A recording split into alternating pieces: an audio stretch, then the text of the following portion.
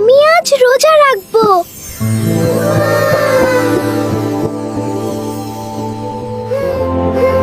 কিন্তু রোজার নিয়ত।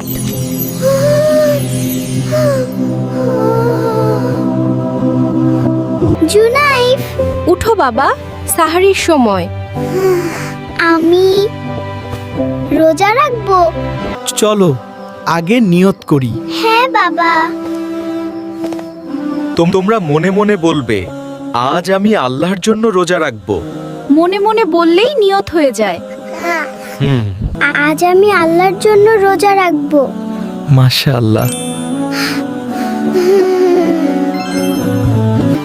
আজ আমি আল্লাহর জন্য রোজা রাখবো। রোজা আল্লাহর জন্য ব্যাপক নিয়ত থাকে মনে।